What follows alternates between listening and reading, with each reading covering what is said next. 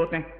تو اس وجہ سے جو ہے آپ کتوں سے تصویروں سے اپنے گھروں کو پاک و صاف رکھیں. یہاں مجھے ایک بات یاد آ گئی, لطیفے کی بات ہے, عجیب و غریب مجھے اچانک یاد آئی وہ بات. ایک آدمی تھا, وہ ہمیشہ اپنے ساتھ کتا رکھتا تھا, ہمیشہ اپنے ساتھ کتا رکھتا تھا. کسی نے کہا بھائی اللہ کے رسول صلی اللہ علیہ وسلم نے فرمایا ہے کہ کتے سے فرشتے نہیں آتے, اس لیے تم کتا کیوں رکھتے ہو اپنے پاس؟ سوتا تو کتا رکھتا, بازار جاتا تو کتا رکھتا, مہمانداری میں جاتا تو کتا رکھتا, غرض کی ہر موقع پہ وہ کتا رکھتا. جیسے کہ آج کل ماڈرن ماحول اور زمانے میں اس وقت جو ماڈرن چل رہا ہے, لوگ روڈوں پہ فٹ پاتھوں پہ سوتے ہیں, کتے بڑے بڑے کاروں میں سوتے ہیں جناب. کسی کو لائف بوائے اور کیا کہتے ہیں اس کو ڈٹرجنٹ ٹکیے نصیب نہیں ہوتے نہانے کے لیے, کتے صبح و شام باقاعدہ شیمپو سے ان کو نہلایا جاتا ہے. ایسے بھی بدبخت مسلمان ہیں. اگر ہندو کافر ہے تو خیر اس کی بات چھوڑو, غیر قوم ہے تو اس کی بات چھوڑو. مسلمان جو اپنے آپ کو ترقی یافتہ کہتے ہیں, اللہ تعالیٰ انہیں ہدایت عطا فرمائے, اس طرح سے پالتے ہیں, رکھتے ہیں. کاروں میں کتے بیٹھے ہیں, گودوں میں کتے, کھانوں میں کتے, غرض کی یعنی ان کی زندگی کتے والی ہو گئی ہے, نعوذ باللہ, اللہ ہم لوگوں کو بچائے. اور اس کو کہتے ہیں ہم ترقی یافتہ ہے. تو غرض میں یہ عرض کر رہا تھا کہ ایک آدمی, اس نے کہا بھئی آپ کتا کیوں رکھتے ہیں جبکہ اللہ کے رسول صلی اللہ علیہ وسلم نے فرمایا ہے کہ جہاں کتے ہوتے ہیں وہاں فرشتے نہیں آتے. تو اس نے کہا اسی لیے تو کتے کو رکھا ہوں میں. کہنے لگا کیوں؟ کہنے لگا کہ میں نے جب فرشتے نہیں آتے تو میں کتا اسی لیے رکھتا ہوں تاکہ موت کا فرشتہ میرے پاس کبھی نہ آئے. سنے آپ نے, ایسے بھی لوگ ہوتے ہیں. میں نے کتا اس لیے رکھا ہوا تاکہ موت کا فرشتہ میرے پاس کبھی نہ آئے, اس لیے میں کتا پالتا ہوں. تو اس مولوی صاحب نے کہا کہ اچھا, اور اگر کتے کی روح نکالنے والا فرشتہ آ گیا تو کیا کرو گے؟ ہے نا, تو کیا کرو گے؟ کتا پہلے مر یا بعد میں آئے تو غرض کہنے کا مطلب یہ ہے کہ اس طرح سے اللہ کے رسول صلی اللہ علیہ وسلم نے فرمایا کہ جہاں کتے ہوتے ہیں, تصویریں ہوتی ہیں, وہاں رحمت کے فرشتے نہیں آتے. تو آپ گھر کو, کمرے کو کتوں سے اور تصویروں سے پاک و صاف کر دیں. نمبر 2, دوسری چیز, مریض جو آپ کے سامنے آیا ہے دیکھیں, جانچ لیں کہ اس مریض کے گلے میں کوئی تعویذ تو نہیں ہے, اس کے ہاتھ میں کوئی کیا کہتے ہیں دھاگا ہوگا تو نہیں بندھا ہوا ہے, اس کے کوئی کیا کہتے ہیں کڑے وڑے تو نہیں پہنا ہوا ہے, کسی قسم کی تعویذوں کی آج کل انگوٹھیاں بھی چلتی ہیں. بریلی شریف سے باقاعدہ اعلان آتا ہے کہ بریلی شریف کی انگوٹھی ہے 200, 250 میں, 250 میں چاندی کی, اور اس کے اندر انگوٹھی بھی ہوتی ہے. اسی طرح سے ہمارے دوست ہیں, ان کے ایک دوست ہیں مفتی صاحب ہیں, وہ مفتی دیوبند ہیں, ان کی انگوٹھی بھی دیوبند سے باقاعدہ اس میں تعویذ ہے کہ یہ لگائے رکھو, گمراہ نہیں, صحیح یعنی ہمارے راستوں سے بھٹک کے دوسرے راہوں پہ نہیں جاؤ گے. اس طرح کے بھی لوگ تعویذ بنا کے دیتے ہیں. جیسے عورتیں جب یہاں لوگ آتے ہیں تو باقاعدہ ان کے پیر, ان کے مرشد تعویذ بنا کے دیتے ہیں. دیکھنا وہابیوں کے ملک میں جا رہے ہو, سعودیہ میں نوٹ کمانے کے لیے, دیکھنا ان کی راہوں پہ نہ چلنے لگنا, ان کی باتیں نہ سمجھ میں آ جائیں تمہارے. کون گیا بھائی, یہ ان کی راہیں کون گیا ادھر؟ بھائی دیکھو اس کو آپ لوگ انگلی نہ کرو پلیز, چھوڑو, جیسا چل رہا ہے صحیح ہے, وہ سمجھ رہے ہیں. تو اللہم صلی علی محمد وعلی آل محمد کما صلیت علی ابراہیم وعلی آل ابراہیم انک حمید مجید. یہ بھی شیطانی وسوسہ ہے ایک, اسے بھی آپ شیطانی وسوسہ ہی سمجھیں. اچھا خاصا موڈ تھا, چل رہا تھا, اور جناب آ کے انگلی شیطان نے کر دیا اس میں. شیطان کوئی یوں نہ سمجھیں کہ آپ ایسے ہی ہواؤں میں آتا ہے, لوگوں پہ سوار ہو کے بھی آتا ہے, سمجھ رہے ہیں, اعوذ باللہ. تو غرض اصل میں علاج کی بات ہو رہی ہے نا, اس لیے ضروری ہے تشویش کرنا. اور آخری بات ہے, آخری جو ہوتا ہے وہ سمجھے زبدہ ہوتا ہے اور مکھن ہوتا ہے, وہ نکال کے دیا جاتا ہے. تو بہرحال تو آپ غور کر لیں, دیکھیں کہ مریض کے گلے میں کوئی تعویذ تو نہیں, گنڈا تو نہیں, یہ نہیں تو نہیں, وہ نہیں, اس طرح سے کرتے ہیں. تو مریض کو اس سے پاک و صاف کریں. یعنی مریض وہ جو ہے کیا کہتے ہیں, اس کے گلے میں یہ تمام سب چیزیں اگر ہوں تو اس کو کہہ دو کہ بھائی نکال دو, اور نکال کے نکلوا کے آپ اسے جلا دیں. اگر گنڈے ونڈے ہیں, تعویذیں ہو گئے, پھاڑ پھوڑ کے کہیں پھینک دیں.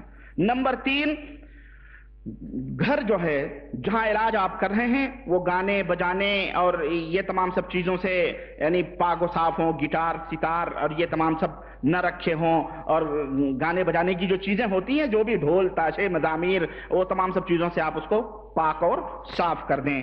نمبر 4, گھر کے اندر اگر شرعی مخالفت ہو رہی ہو, کسی گھر میں شرعی مخالفت ہو رہی ہو تو اس شرعی مخالفت سے منع کیا جائے. مثال کے طور پہ مسلمان مرد ہے، اب وہ سونے کی لاکٹیں پہن رہا ہے، سونے کی انگوٹھیاں پہن کے گھوم رہا ہے. ہمارے ملکوں میں بڑے بڑے لوگ جو ہے نا، جب سعودیہ سے جاتے ہیں یا کہیں سے بھی، وہاں بھی کما بڑے بڑے ہو جاتے ہیں تو بڑے بڑے دادا بن جاتے ہیں، بڑے بڑے سیٹھ بن جاتے ہیں، تو سونے کی انگوٹھیاں پہنتے ہیں، ہاں، اور سونے کی لاکٹیں پہن پہ گھومتے ہیں. اللہ رحم فر. اور ایسے لوگ دین سے کورے ہوتے ہیں، یہ بیچارے بے دین ہوتے ہیں، ان کا مقصد دنیا ہوتا ہے.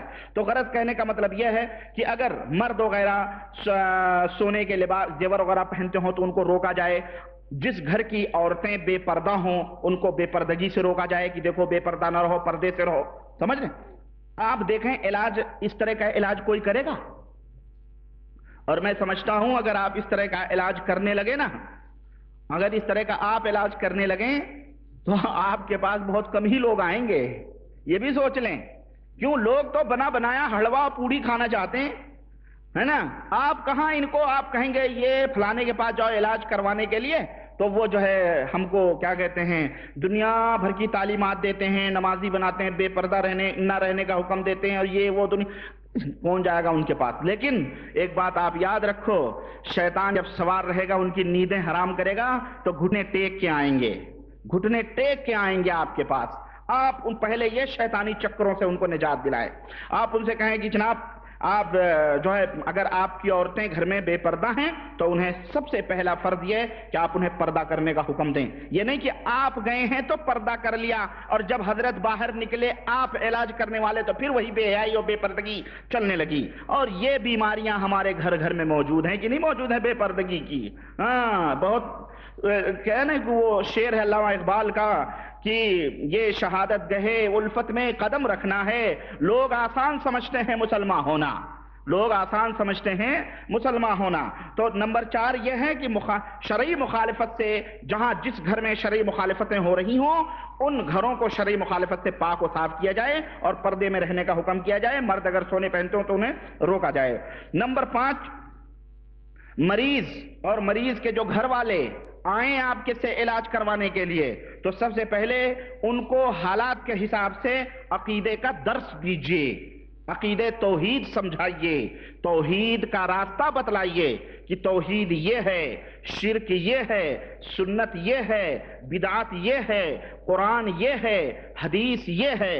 اس طرح سے آپ ان کو انہیں درس دیجئے کہ توحید کا تقاضا یہ ہے کہ اپنے دلوں میں سے تمام خواہشات اور تمام قسم کے تعلقات اور محبتیں اور جو فلانے بابا، ڈھکانے بابا، فلانی چوکھٹ، ڈھکانے فلانے مرشد، فلانے پیر، فلانے شیخ، فلانے حضرت، فلانے، یہ جو محبتوں میں ادھر ادھر جا کے گمراہ ہوئے ہیں اور اللہ کی محبت ان کے دلوں میں کم ہو گئی ہے، آپ انہیں حکم دیں کہ ان تمام سب کو نکال کے باہر پھینکو اور صرف اللہ وحدہ لا شریک سے اپنا تعلق قائم کرو، اپنا تعلق اللہ تبارک تعالیٰ سے استوار کرو اور اللہ وحدہ لا شریک سے محبت کرو، حقیقی محبت اللہ وحدہ لا شریک سے کرو.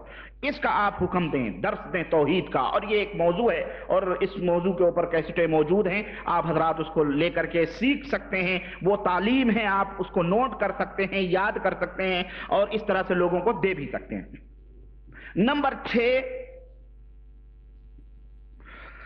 جب آپ علاج کرنا چاہیں تو یہ بھی آپ بتائیں سامنے والے کو کہ دیکھو ہمارا جو علاج کرنے کا طریقہ ہے وہ ذرا دوسرے علاج کرنے والوں کے طریقوں سے مختلف ہے. جو جادوگر ہیں، جو سجادہ نشین بیٹھے قبروں پہ، مزاروں پر اور قوم کو لوٹ رہے ہیں اندھا بنا کے، اور جو تعویذوں پہ تعویذیں لکھے جا رہے ہیں، باقاعدہ لوگوں نے اسٹمپ بنوائی ہوئی، اللہ کی قسم. ہم لوگ پہلے 5 پیسے یا 2 پیسے ایک تعویذ کے ہمارا پیر دیتا تھا، ہمارا پیر ایک، لیکن بعد میں وہ بھی بند کر دیا اس آدمی نے، مر گیا اللہ اسے کیا کہیں ہم، سمجھ رہے ہیں، وہ بھی بند کر دیا. مہر بنوا لی، اللہ کی قسم بتا رہا. اب مہریں لگوانا شروع، تو مہروں کے کون سے پیسے جناب؟ پیپر بنا کے اس کے اوپر ٹھپا لگاؤ اور لکھا لکھایا یا جبریل یا میکائیل یا ہوہاہیل یا پتہ نہیں کون کون سے نام، اللہ رحم کرے. تو مہریں بنوا لی. اب وہ ہم لگا کے بہرحال پڑیا باندھ کے دے دیتے تھے. اب پڑیے میں مزار کا دھاگا ہوتا تھا، مزار کی چادر ہوتی تھی اور لوبان ہوتا تھا، کاڑیاں ہوتی تھی، باندھ کے مزار کے چادر سے لپیٹ کے دھاگا باندھ کے اس کو دے دیا کرتے تھے. تو بہرحال آپ یہ دجال، یہ فریبکار، دغاباز، مکار، عیار، عیاش، یہ جو جادوگر، تعویذ گنڈے پلیتے والے ہیں، آپ ان کی حقیقتوں کو بھی لوگوں کے سامنے بیان کریں جن کا علاج کرنا چاہتے ہیں، اور کہیں ہمارا تو علاج کا طریقہ ذرا مختلف ہے، ہم قرآن کریم سے علاج کر رہے ہیں، اور جس کے اندر اللہ وحدہ لا شریک نے شفا اور مومنوں کے لیے رحمت رکھی ہے۔ پہلے تم مومن بنو، اس کے بعد یہ قرآن تمہارے لیے شفا بنے گا۔ نمبر 7، اتنا سب ہونے کے بعد میں اب مریض جو ہے، مریض کی تشخیص کریں، یعنی حالات کے بارے میں معلوم کریں مریض سے، اور مریض سے چند سوالات کریں تاکہ آپ مریض کی کیفیت اور مریض کے مرض کا اچھی طرح سے پتہ لگا لیں۔ نہیں تو اس کو پیٹ میں درد ہے کوئی زیادہ کھانے کی وجہ سے، اور آپ اسے بیٹھ کے جنات کا علاج کر رہے ہیں تو مشکل ہو جائے گی نا۔ اس لیے چند سوالات ہیں اس طرح کے جن سے کہ ظاہر اور پتہ چل جائیں گے، اور ظاہر ہو جائے گا معاملہ کہ یقیناً اس کے اوپر جن ہے کہ نہیں۔ وہ سوالات کیا ہیں؟ نمبر 1، آپ اس سے پوچھیں کہ کیا تم خواب میں حیوانات، جانور وغیرہ دیکھتے ہو؟ وہ کہے ہاں، تو اسے کہیں کتنے حیوانات دیکھتے ہو، کتنے جانور دیکھتے ہو، اور کیا جب بھی تم جانوروں کو دیکھتے ہو تو وہی جانور بار بار تمہارے خوابوں میں آتے ہیں یا کیا ہوتے ہیں؟ نمبر 2، کیا مریض سے یہ سوال کریں کہ کیا تمہیں خوابوں میں جانور بھگا رہا ہوتا ہے، چاہے جس قسم کا جانور ہو، سانپ ہو، بچھو ہو، شیر ہو، بھالو ہو، چیتا ہو، گیدڑ ہو، کتا ہو، بلی ہو، کچھ بھی ہو، المہم آپ اس سے پوچھیں کہ کیا کوئی جانور تمہیں خوابوں میں بھگاتا ہے۔ نمبر 3، آپ اس سے یہ پوچھیں کہ کیا تم ایسے خواب دیکھتے ہو جو ڈراؤنے ہیں، جس کو دیکھ کے تمہیں خوف طاری ہو جاتا ہے، ڈر جاتے ہو۔ نمبر 4، اسی طرح سے یہ بھی پوچھیں کہ کیا تم خواب میں کسی اونچی جگہ سے کودتے ہو یا تمہیں کوئی اونچی جگہ لے جا کے نیچے ڈھکیلتا ہے۔ نمبر 5، آپ اس سے یہ پوچھیں کہ کیا تم خوابوں میں ایسی راہوں پر چل رہے ہوتے ہو جو بالکل ویران، سنسان اور ڈراؤنی راہیں ہیں، جنگلات ہیں، جہاں آدمی جا کے ڈرتا ہے، کیا ایسا خواب میں تمہارے آتا ہے، تم ایسی راہوں پہ چلتے ہو؟ اور اس طرح کے سوالات آپ اس سے جو اور بھی مناسب حالات سے آپ پوچھیں اس سے، تاکہ، اور اسی طرح کے سونے میں جو سونے کے بارے میں اور جاگنے کے بارے میں، خوابوں میں جو حالات ہوتے ہیں اس کے بارے میں بھی پوچھیں، اور یہ بھی پوچھیں کہ جاگتے میں بھی تمہیں کبھی کچھ ایسا ہوتا ہے، یہاں تک کہ آپ مریض کے مکمل حالات کا پتہ لگائیں۔ اور اگر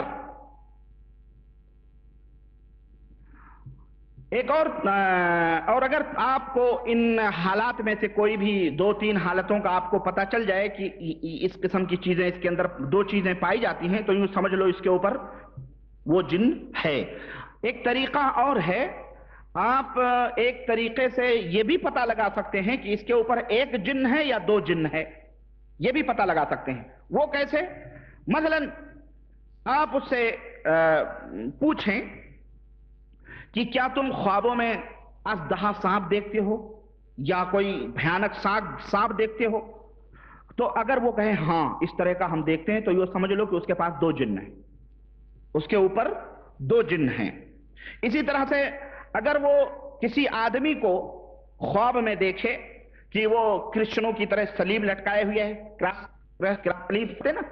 صلیب وہ جو کرسچن کراس لٹکاتے ہیں، ہاں، تو وہ اگر لٹکائے ہو اور اس طرح کا بار بار وہ خواب میں آتا ہو، تو یوں سمجھ لو کہ وہ جن جو ہے وہ کرسچن ہے، وہ کیا ہے؟ مسیحی ہے۔ تو غرض کہنے کا مطلب یہ ہے کہ یہ وہ چیزیں ہیں جس سے آپ جناتوں کی عدد کا بھی پتہ لگا سکتے ہیں، اور جنات کس قسم کا ہے اس کا بھی آپ کو پتہ چل جائے گا۔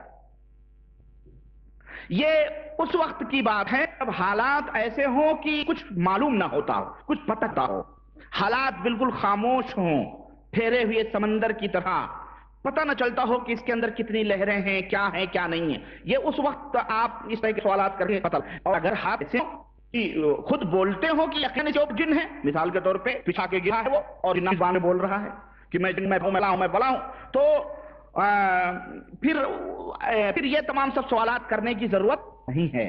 بات سمجھ میں آ رہی ہے نا؟ یہ سب سوالات کرنے کی ضرورت پھر نہیں ہے۔ کیوں؟ اس وقت تو حالت معلوم ہو گئی نا، اس کی حالت تو پتہ ہو گئی کہ مطلب اب اس کے اوپر یقیناً جن ہے۔ اچھا، اب جب حالت واضح ہو جائے یا یہ سوالات کرنے پر آپ کو یقین ہو جائے کہ یقیناً اس کے اوپر جن ہے، تو اب 8ویں چیز یہ ہے کہ بہتر یہ ہے، مستحب یہ